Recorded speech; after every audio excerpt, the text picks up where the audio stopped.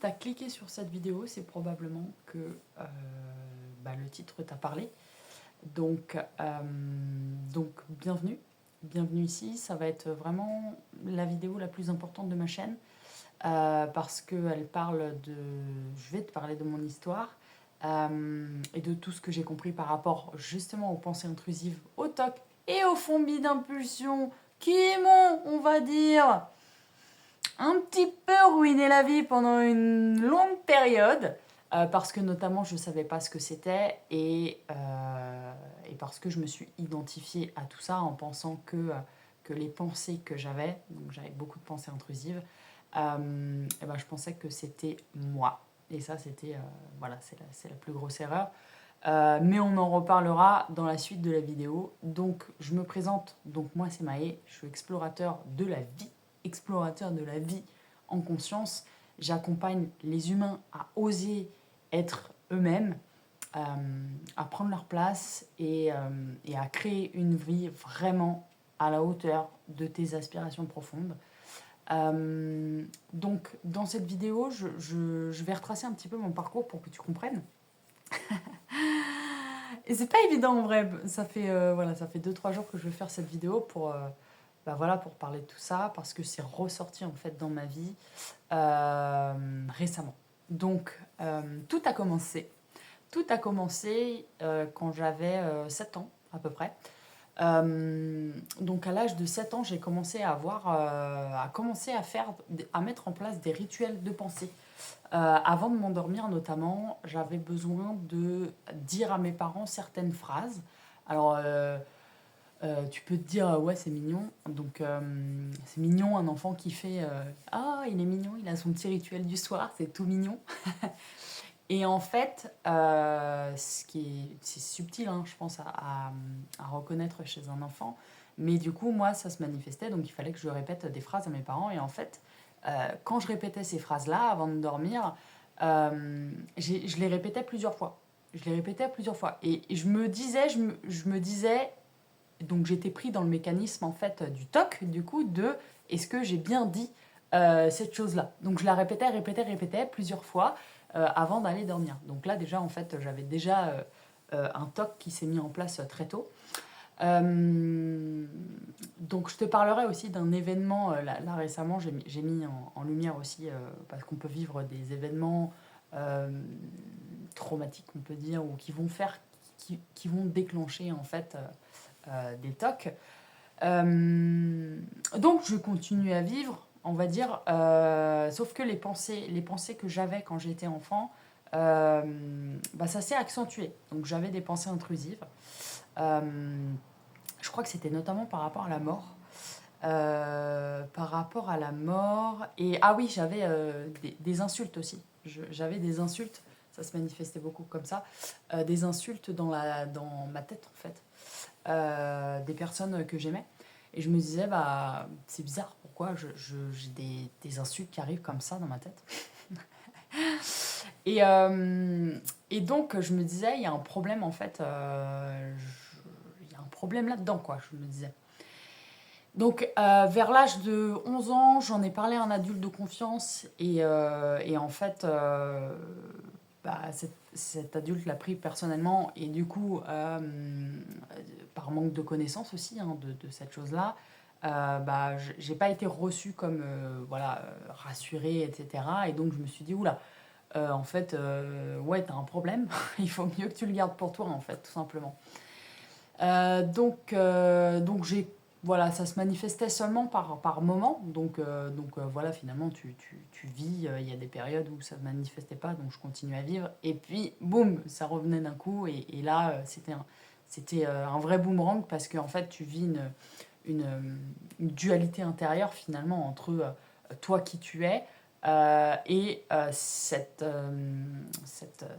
chose cette chose qui se manifeste à l'intérieur de toi et qui fait que tu te dis mais what the fuck en fait, qu'est-ce qui se passe vraiment. Donc ça m'a bousillé la vie, sincèrement ça m'a bousillé vraiment la vie jusqu'à mes 20 ans. Parce que du coup ça se manifestait par d'autres choses que je ne faisais pas, où j'avais des pensées aussi que je jugeais, parce que je jugeais ces pensées-là, et c'est ça aussi le gros problème, c'est parce que en soi, dans la tête, on a des pensées. Et le problème, c'est qu'on va, si on...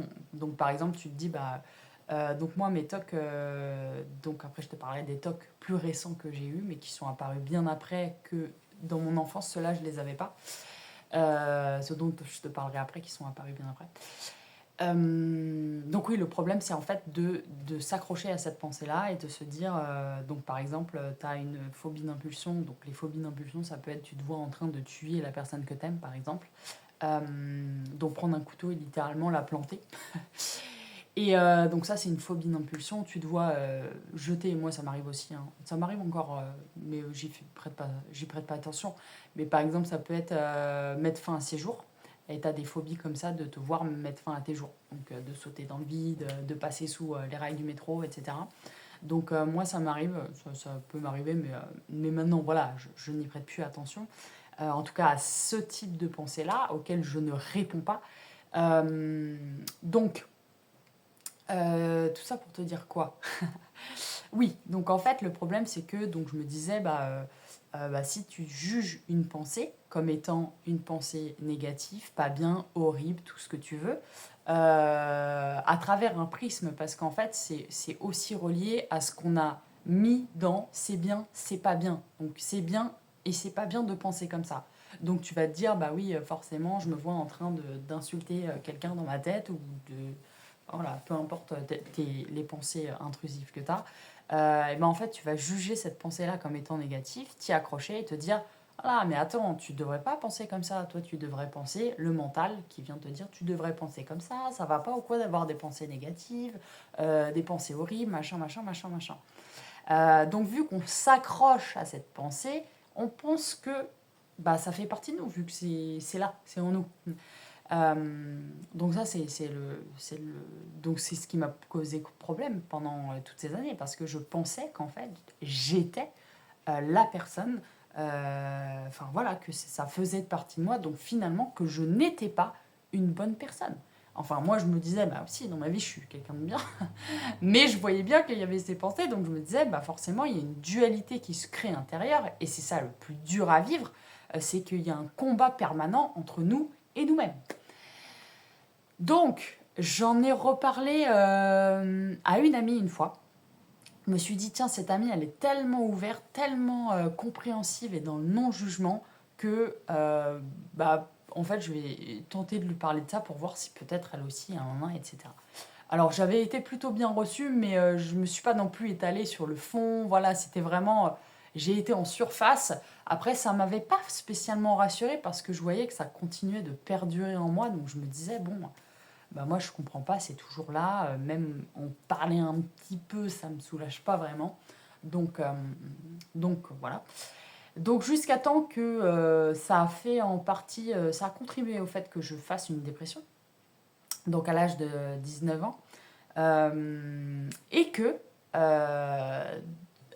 dans cette phase de dépression, et de mal-être que j'avais profondément dû en partie à ça. Donc bon, il y a d'autres choses qui se sont greffées, mais c'était quand même en partie par rapport à ça. Et donc j'ai fait un séjour en hôpital psychiatrique pendant 3 semaines, donc à la suite d'une tentative de suicide à l'époque. Et enfin non, moi, je veux pas dire, c'était pas vraiment ça, c'était plutôt un appel à l'aide. C'était plutôt un appel à l'aide. Voilà. Et donc, je me suis retrouvée à l'hôpital, en hôpital psychiatrique. J'ai fait un séjour là-bas de 3 semaines. Et donc, on m'a demandé si je voulais voilà, apprendre. Enfin, plutôt. J'ai pu m'exprimer à ce moment-là devant un psychiatre en lui disant voilà, que j'avais des pensées, etc. Je me souviens plus trop, mais je m'en souviens que ça m'avait extrêmement libérée d'en parler. Et je ne m'étais pas sentie jugée. Justement, je m'étais dit là, en fait, il faut que tu balances tout parce que, en fait, la pire peur, c'est que la personne en face de toi te juge et te dise ah oui, effectivement, hein. Effectivement, vous êtes totalement taré. Voilà, exactement, voilà, c'est ça. Euh, C'était ça, la pire peur au fond. Donc là, je te parle vraiment de l'histoire et je te parlerai après de comment j'ai évolué par rapport à tout ça et mon regard aujourd'hui par rapport à ça. Et donc, ce psychiatre-là avait été très ouvert. Et donc, on m'a mis sous antidépresseur. Sous antidépresseur pendant 4 ans, d'accord. Mais moi, mon but, je savais très bien, hein. Je savais que donc ça m'a aidé à remonter la pente, mais un de mes buts, c'était d'arrêter. Parce que voilà, je voulais pas passer ma vie sous des cachets, en fait. C'était pas envisageable. Donc j'ai réussi, après 4 ans, à diminuer les doses d'antidépresseurs et je voyais bien qu'en fait, quand tu prends des médicaments, ça te masque en fait euh, l'anxiété, tes émotions, tes peurs. En fait, tout ça, c'est un peu recouvert. Tu es un peu dans un état où, moi, ça se manifestait par une grande confiance en moi-même.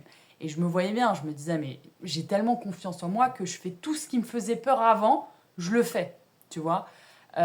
Sauf que c'est là le problème, en fait, c'est que bah, tu peux, c'est pas ça. Ça masque le truc, mais au fond, tu vas pas vraiment voir le manque de confiance en soi, le socle de l'estime de soi, etc., qui est pas fondé, en fait, tout ça, parce que ça part de ça, en fait, la base au fond. C'est ça, c'est ça. Euh, donc, après ces 4 années de ça, par la suite, donc, j'ai vécu un éveil spirituel. Donc, un éveil spirituel où je me suis rendu compte que j'étais pas qui je pensais que j'étais. Donc, pendant toutes ces années où je me suis identifiée à ces pensées, en me disant c'est moi, ça fait partie de moi, donc forcément je suis une bonne personne, mais en même temps j'ai toutes ces pensées, donc je sais pas si je suis vraiment bien et j'ai un problème et nanana.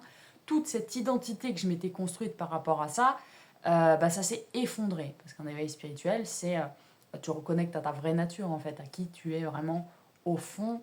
Et t'as c'est comme si tu sortais un petit peu de toi-même et tu pouvais voir que tu n'es pas tout ce corps mental à l'intérieur qui te crée des problèmes, de l'anxiété, des peurs, des insécurités. Tout ça, en fait, ce n'est pas toi. Ce n'est pas toi.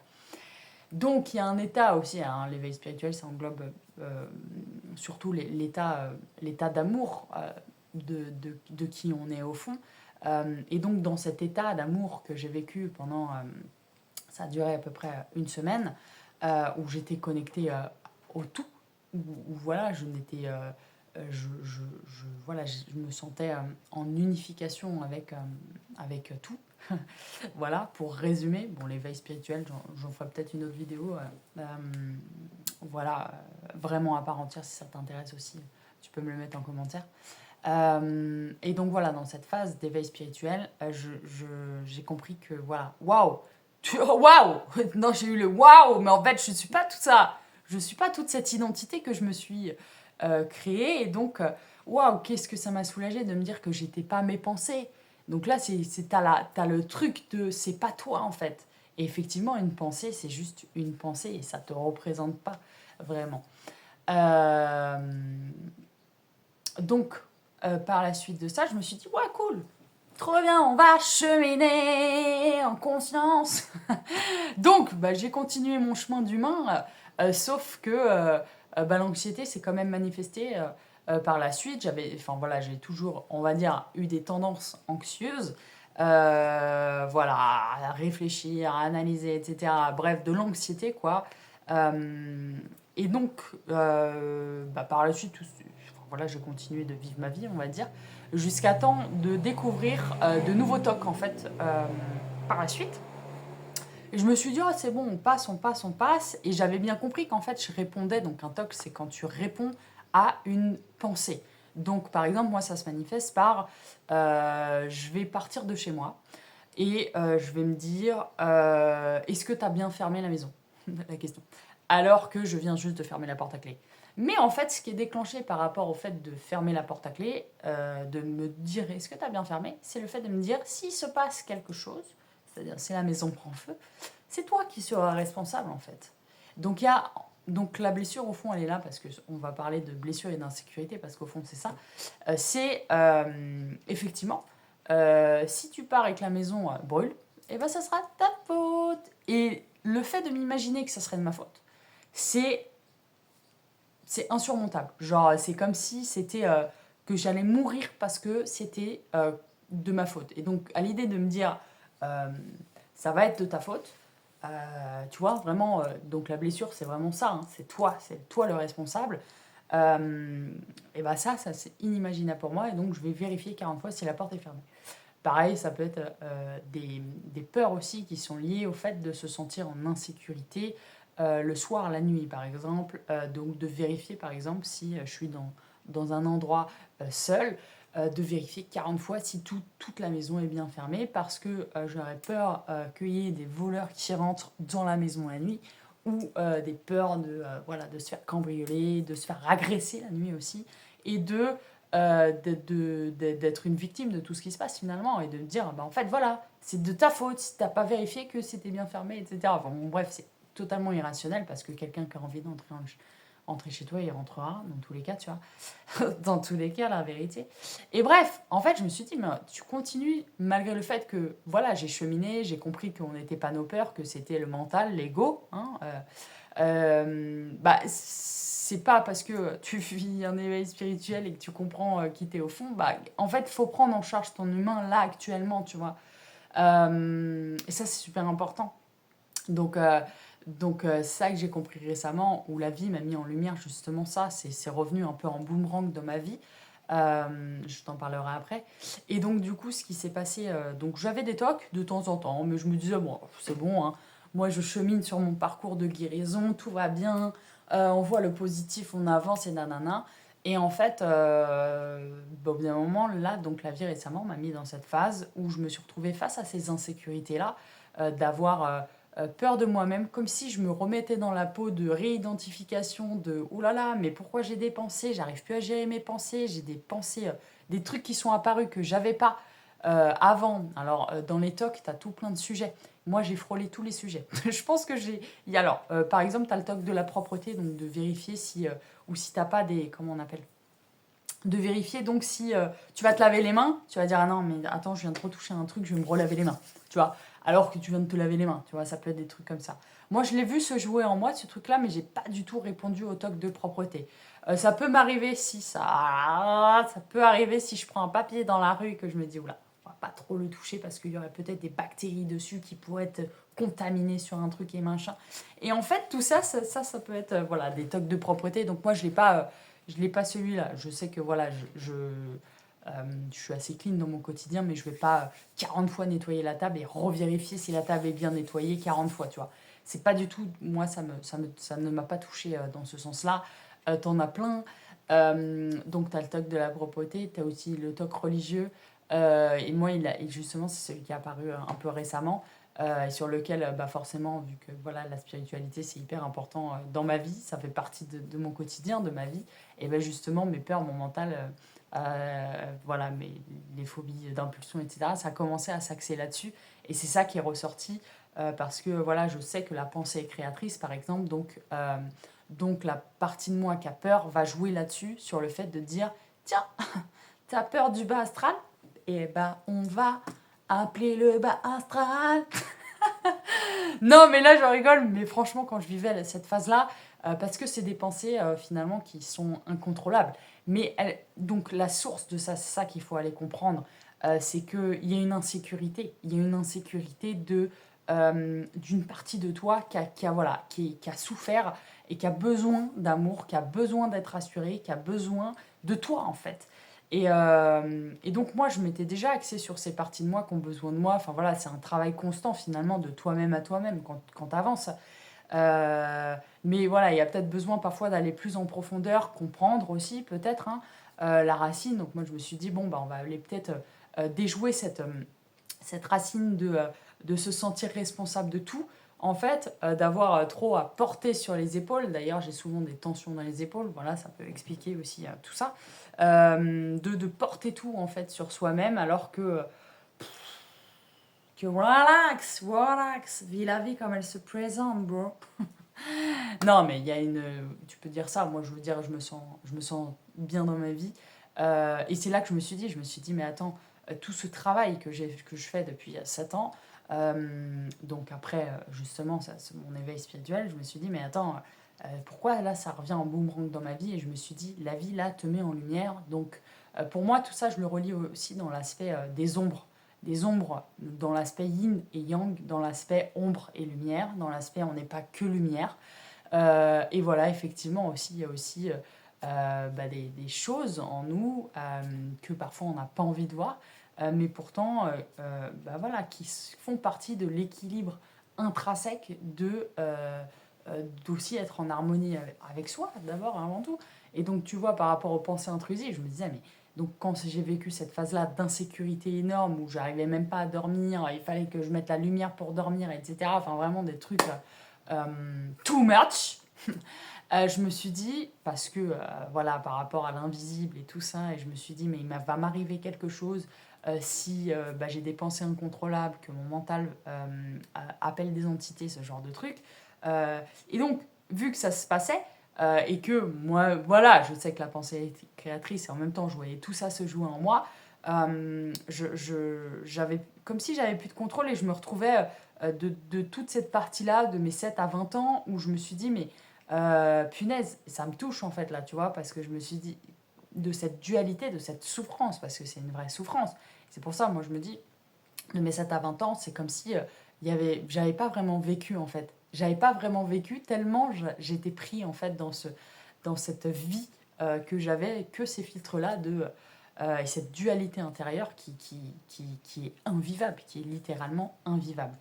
Et récemment, j'ai regardé une interview justement sur les TOC. Et en fait, on voit plusieurs profils. Et ça, c'est très intéressant parce qu'il y avait plusieurs personnes qui parlaient dans l'émission. Et en fait, on voit un peu tous les profils. Donc, de la personne qui est sous qui prend des médicaments et qui se soigne, on va dire. La personne qui n'a pas pris de médicaments et c'est même pas se soigner en fait, c'est pas une question de se soigner. Ça, vous remettre les choses dans leur contexte, mais faut pas trop s'éloigner aussi dans des trucs qui sont pas, qui sont trop, bah, s'identifier à une personne qui aurait des tocs parce que c'est pas ça en fait. Donc oui, tu peux vivre, expérimenter le TOC, mais ça fait pas partie de toi. Genre, tu vois, en fait, chaque jour, tu es une nouvelle personne. Donc demain, en fait, ou même là, dès maintenant, tu es cette personne qui juste bah, vit et tout va bien, tu vois. C'est pour ça, moi aussi, que j'en parle, parce que plus tu parles des choses qui te traversent, parce que pour moi, c'est des choses qui nous traversent. Alors voilà, moi, tu vois, c'est revenu récemment dans ma vie, parce que la vie m'a dit, bah, en fait, maintenant, il faut que tu regardes ça, parce que faut que tu ailles à la racine, en fait, de tout ça, de tes insécurités, qui se manifestent aussi dans la vie par d'autres choses. Tu peux avoir des peurs, mais moi, je sais que je brave mes peurs. Par exemple, si j'ai une peur dans la vie, je vais me dire, ok, par exemple, récemment, cet été, j'avais peur de dormir seule en tente. Je me suis dit, bah, en fait, tu vas prendre une tente, et pourtant, ça m'attire, hein. Je suis autant attirée que j'ai peur. Tu vois, c'est voilà, des peurs qui peuvent être engrammées aussi par rapport à ce que tu as vécu dans tes vies antérieures et tout ça. Enfin voilà, de peut-être dans cette vie-là ou d'autres vies. Parce que je parle plus des vies antérieures là, mais voilà, si dans ta lignée, il y a eu des personnes qui ont été agressées, peut-être même, voilà, je dis pas le mot pour pas que la vidéo soit censurée, mais avec un V et ça finit par et, tu vois, moi je sais que cette peur-là, elle est revenue aussi. Et bah toi, dans cette vie-là, bah, tu vas avoir des peurs qui sont pas les tiennes, mais tu vas quand même te protéger de ça parce que voilà, juste on a peur, mais ça vient pas de toi finalement, tu vois. Donc, voilà, voilà. Euh, donc par la suite, je suis en train de restructurer un petit peu ma pensée. Donc par rapport à cette émission-là, et donc oui, le fait d'exprimer en fait, donc déjà de parler, c'est vraiment la base, et de parler à des personnes qui vont comprendre, parce que justement, je te parle de ce qui m'est arrivé, c'est que je me suis dit, tiens, je vais aller voir une thérapeute que je connais depuis un moment, et en fait, elle m'a dit des choses, mais c'était pas une thérapeute médium. Donc voilà, moi je prends en compte vraiment l'aspect spirituel. Je me suis dit, tiens, j'arrive pas à démêler ce qui m'arrive dans cette phase, etc. Pourquoi je me sens comme si tu sais, je me ressentais dans une peau que j'avais pu, ou pourquoi cette problématique revient en fait. Alors que voilà, c'est parce qu'il y a cette base en fait au fond, j'ai pas été voir. D'insécurité et bah, faire le travail de soi-même à soi-même, d'aller parler avec ses parts blessées. Alors, pour moi, c'est aussi relié à la peur de la mort, tout ça. Finalement, c'est quoi? Au fond, c'est quoi, en fait? Toutes ces peurs-là, elles sont reliées qu'à une seule peur, c'est la peur de la mort. Donc, d'être responsable, par exemple, je te prends ce truc de toc que j'avais, donc de te dire, tu vérifies si... attention, vérifie si le gaz, alors celle-là, je l'avais à fond. Vérifie bien si le gaz est bien fermé. Alors celle-là, et fermer les portes et les fenêtres et tout le bordel, c'est vraiment celle que j'ai eu le plus. Voilà, que tout est bien branché, etc.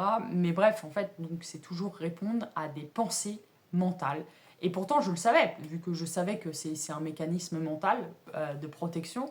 Et je me dis, mais attends, donc là, en fait, tu deviens esclave de ton mental.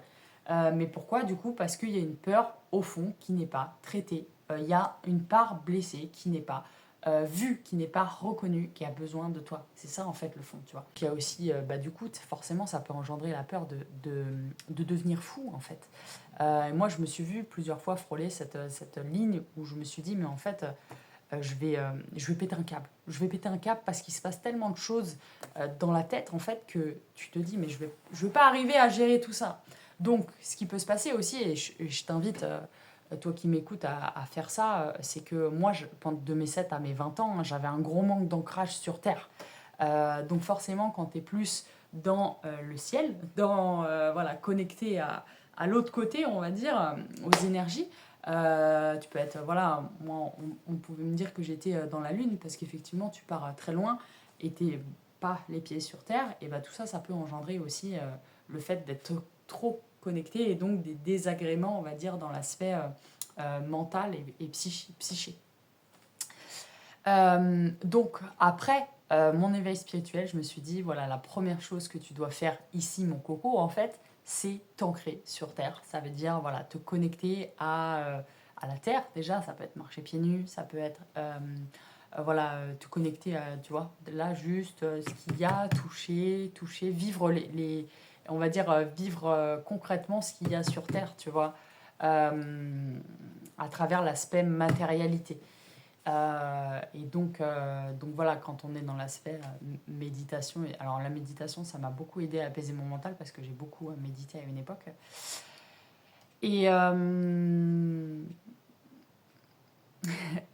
et voilà, donc ce que j'ai compris récemment, donc là, ce que je t'ai dit par rapport au parasitage, je me suis dit, tiens, c'est une hypothèse, hein, ça ne veut pas dire que voilà, c'est le cas, effectivement. Je pense que c'est du ressenti avant tout. Et je pense qu'en fait, après, pour moi, il y a effectivement d'aller voir le fond et les insécurités, justement, de parler à son enfant intérieur, voilà, d'aller vraiment dialoguer avec ses parts blessées et de viens, en fait, concrètement, on pose sur papier de quoi t'as peur, de quoi de machin, de quoi t'as truc. Et, et voilà déjà ce que je peux te partager là-dessus. En tout cas, si voilà, tu vis ça, ou tu as vécu, enfin plutôt que tu vis, sache que tu n'es pas responsable de ces pensées, en fait, et que ce n'est pas toi. Voilà, tout simplement, ce n'est pas toi, ok? Donc ça, vraiment, tu dois l'entendre, vraiment, vraiment. Et voilà, juste ça passe comme ça. Et c'est la différence entre des humains qui vont s'accrocher à ces pensées et d'autres qui vont même pas y faire attention, en fait, tout simplement. Donc voilà, je pense qu'il y a une sensibilité et une ouverture et une observation de soi-même, hein. Je pense que voilà, ça, c'est ce qui revient, c'est que le fait d'observer ses pensées, et justement, tu peux les observer. Et ce que j'ai bien aimé, parce que dans une vidéo justement que je regardais du témoignage voilà, des personnes qui avaient des tocs, donc le dernier témoignage, la femme partageait, je te le dis parce que c'est hyper important, elle a dit bah moi en fait maintenant je me fais comprendre en fait que enfin je vois que tout va bien. Effectivement tu peux te dire bah je me vois en train de tuer la personne que j'aime avec un couteau, donc je vais éviter de prendre des couteaux dans la cuisine, tu vois, il y en a qui font ça. Moi je suis pas tombée dans cette phase de couteau, même si j'ai déjà eu des pensées comme ça qui m'ont traversé aussi. Mais donc le fait est le fait est que le fait est que le fait est que, c'est drôle ça, le fait est que, bah en fait, petit à petit, elle a bien vu que, bah voilà, en prenant un couteau, elle faisait pas du mal à ses proches, etc. Enfin, finalement, c'est continuer d'être toi-même, de vivre et de surtout ne pas répondre à l'impulsion, à la pensée qui te dit bah, d'éviter la chose en question et donc de te confronter à ce qui te fait peur, en fait, tout simplement. Alors après, moi je dis pas, hein, moi j'ai beaucoup travaillé des choses qui me font peur et je me disais, bah il y a quand même des choses qui reviennent dans ma vie, même si je travaille les choses qui me font peur, il y a comme s'il y avait quelque chose de plus profond engrammé. C'est pour ça que je parlais des vies antérieures, de parfois aller bah voilà, travailler sur des sphères plus énergétiques, parce qu'il y a peut-être des choses qui sont engrammées et qui peuvent être un peu plus longues à mettre en lumière ou à s'ouvrir comme ça pour que le chemin, ce qui me vient, c'est tu vois que le chemin soit plus, voilà, tu es dans un chemin lumineux, on va dire, si je peux mettre cette image-là comme ça. Donc voilà ce que je peux te partager. Je te dis que c'est la vidéo la plus importante de ma chaîne parce que je me suis dit, mais en fait, je pense qu'il y a plein de personnes qui souffrent de ça et qui sont identifiées dans le mental. Et donc, lors de mon éveil spirituel, j'ai compris. Je me suis dit, mais en fait, on est beaucoup plus que ça. On est des êtres divins, des êtres voilà, d'amour pur. Et donc, on n'est pas toutes ces pensées. Donc, ça peut être un vrai challenge que de vivre ça sur Terre et surtout de comprendre un petit peu comment ça fonctionne tout ça, finalement, comment ça fonctionne et où juste laisser passer. Moi, je me suis dit, mais en fait, là, donc récemment, même j'ai eu des pensées intrusives et je me suis dit, mais en fait, regarde, ça va bien. Je me suis dit, mais en fait, ça va bien. Tu vois, mais en fait, regarde, ça va bien. Et donc, tu vas finalement comme ça te rassurer et rassurer cette partie de toi qui a peur. Tu lui dis, ça va, ça va. Enfin, voilà. Bon, après, c'est chacun entreprend ce dialogue intérieur avec soi-même et cet amour à donner à son enfant intérieur. Voilà, alors après, moi, je partage uniquement mon expérience par rapport à ça. Après, bon, je pense que j'ai cette croyance. Et aussi, tu sais, voilà, on va juste terminer là-dessus. Je pense que c'est hyper important de mettre ça. C'est que je sais pas dans quel environnement tu as grandi, mais moi, j'ai eu des croyances très vite qu'il y avait le bien et le mal. Et surtout par rapport à l'aspect religieux dans l'enfermement, notamment par rapport au christianisme, parce que moi, c'est la religion qui est revenue le plus quand j'étais enfant. Mais par rapport à l'aspect, tu sais, attention, tu ne tueras point, enfin, le truc paradis, enfer, tous ces trucs-là, c'était un peu là, en fait, dans ma tête, très, très vite, j'ai eu la croyance que, bah voilà, en fait, t'es une bonne personne si tu fais le bien, t'es une mauvaise personne. T'es une mauvaise personne, du coup, si tu fais le mal. Et donc, forcément, bah, si tu as des pensées négatives, tu peux te dire, ah, et que tu t'identifies à ces pensées négatives, tu peux te dire, ah mince, en fait, je suis pas vraiment une bonne personne étant donné que j'ai ces pensées-là.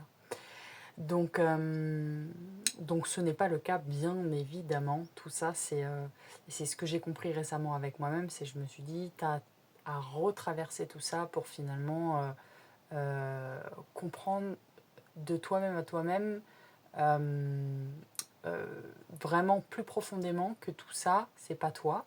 Même si voilà, je le savais déjà, mais vu que ça venait dans une autre sphère, dans le sens où tiens, il y a des nouveaux talks qui apparaissent, qui n'étaient pas là avant, etc. Nouvelles pensées intrusives, ça m'a remis dans un état où finalement j'étais un petit peu perdue et je me suis dit, tu as forcément quelque chose à comprendre là-dedans par rapport à toi-même. Parce que c'est toujours le cas en fait, finalement, il y a toujours quelque chose à comprendre par rapport à nous-mêmes. Alors voilà, moi c'est mon expérience, c'est mon vécu, c'est aussi tout ce qui m'a causé de la souffrance, une énorme souffrance et de la culpabilité. De la culpabilité, bien sûr, ça va avec, parce que forcément on culpabilise hein, d'avoir des pensées comme ça. Mais voilà, ce ne sont que des pensées, je le répète encore et encore, mais voilà, c'est ça, c'est ça. Et j'aime bien dire que voilà, chaque jour on est une nouvelle personne. Et c'est le cas, c'est le cas. Donc voilà mon partage par rapport à ça. Écoute, si ça t'a parlé ou si t'es passé par des phases similaires dans ta vie avec des tocs ou des pensées intrusives enfin voilà, si ce partage t'a parlé, eh bien, je serais ravie de te lire en commentaire. Et puis, je te dis à bientôt pour une prochaine vidéo. Et belle journée à toi.